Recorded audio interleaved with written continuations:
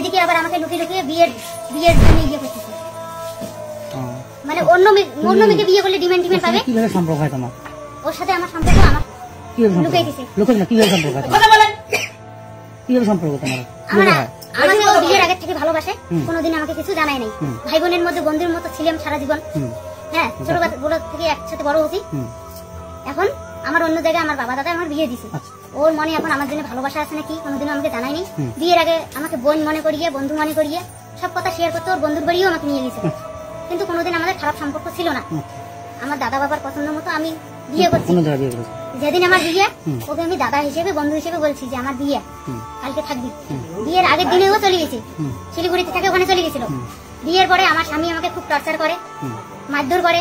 অন্য মেয়ের সাথে রিলেশন ছিল বিয়ের আগে, সেগুলো নিয়ে আমাকে খুব টর্চার করে। এগুলো কালো করে দেয়, পেটের মধ্যে বাচ্চা, পেটের মধ্যে লাথি মারে, এখানে ছুরি দিয়ে মারে। অনেক বিচার টিচার, আমার মামা শ্বশুর অনেক বিচার টিচার করছে, করিয়ে ওকে হারিয়ে আনতে পারি নাই। এখন আমার বাবা মা অনেক বিচার করে, আমাকে নিয়ে আসে, আবার ওখানে আমি যাই। এমন করতে করতে যখন ওকে মারধরও করছে, শিক্ষা হয় নাই। তারপরে এখন কি হয়েছে, শিক্ষা হয় নাই। এখন আমার বাবা মা আমাকে নিয়ে যাচ্ছে বাপের বাড়ি।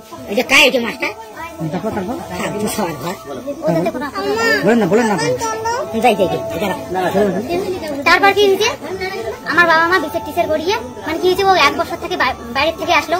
বাইরের থেকে আমার আত্মীয় স্বজন কোনো কিছু পছন্দ করে না। মরা মানুষের মতো করে বাচ্চাটাকে নিয়ে সারাদিন ঘরের মধ্যে থাকি, খুব মানসিক টর্চার করে। রাত্রিবেলা 3টা-4টা অব্দি মানুষের বাড়িতে তাস খেলে। আমার বর বাড়ি এসে বলে, এই বাইনচোদের বাচ্চা, দরজা খোল। বিয়ের পর কি ও সম্পর্ক করেছিল? বিয়ের পর যখন বিয়ে হয়ে যায়, তারপর কি সম্পর্ক? বিয়ের পরে আমার যখন আমার বাবা মা আমাকে আমার বাড়িতে আমাকে চুলিমুটি ধরে খুব অত্যাচার করা শুরু করলো। অনেকবার বিচার টিচার করার পরে যখন মারলো না, প্রায় বোধহয় 20-25 বার আমার বিচার টিচার করে ফেলেছে। সববারে আমার বর হাঁটছে। এমনকি আমার এদিকে লোক খুব অনাস্থা করছে। আমার বর খালি আসে নাই, অন্য জায়গায় বিয়ে দিবে। এখন এই আমার লাইফে আসলো কেমন করিয়া, আলিপুরে ও একটা মেয়েকে ভালোবাসতো, মামুনি নাম। আলিপুরে একটা মেয়েকে ভালোবাসতো। এখন আলিপুরে একটা মেয়েকে ও ভালোবাসতো, তখন ও পোল্ট্রির ইয়েতে থাকে, কাজ করে। তখন চাকরি টাকরি ও পায় নাই। তখন ওই মেয়েটা ওকে ধোকা দিয়ে চলে গেছে।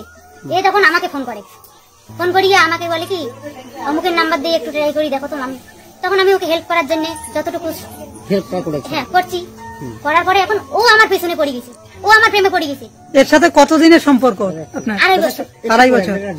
তো এখন থেকে আমার বরকে ডিভোর্স দেওয়ার জন্য আমাকে টাকা পয়সা সবকিছু দিছে, সবকিছু আমার কাছে প্রমাণ আছে। আমার এখন কি উদ্দেশ্যে আসা এখানে? এখন উদ্দেশ্য এটাই, আমাকে কথা দিতেছে, ওর স্টাফরাকে বুঝাইতেছে, আমার একটা কাজ করি, বাচ্চাটাকে খাবো, আমি থাকবো। এদিকে আবার পাড়া প্রতিবেশী আমার মানে এখন আমার উদ্দেশ্য, ও আমাকে না জানিয়ে বাড়িতে লোক আনতেছে, বিয়ের ইয়ে করতেছে।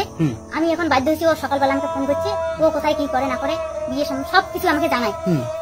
এমনকি কালকে আমাকে হেডফোন দিচ্ছে দুর্গাপুজোর সময়। তুমি এখানে আসছো কিসের জন্য? আমি আসছি ওর সাথে সংসার করার জন্য। আমাকে বিয়ে করবে? আমার সাথে এতদিন এত কিছু করলো, আমাকে বিয়ে করার জন্য আসছো তুমি? আমাকে বিয়ে করছে।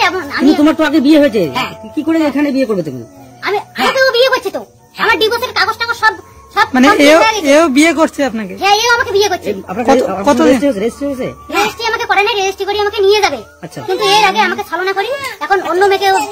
কোথায় বিয়ে করছে আপনাকে? মহেশমুড়িতে বিষ্ণু মন্দিরে বিয়ে করেছে। কোন ব্রাহ্মণ? নাম কি ব্রাহ্মণ? ব্রাহ্মণ ওখানকারই লোক, মানে ওই পাশেই বাড়ি, নাম জানি না, মানে লাগালাগি বাড়ি।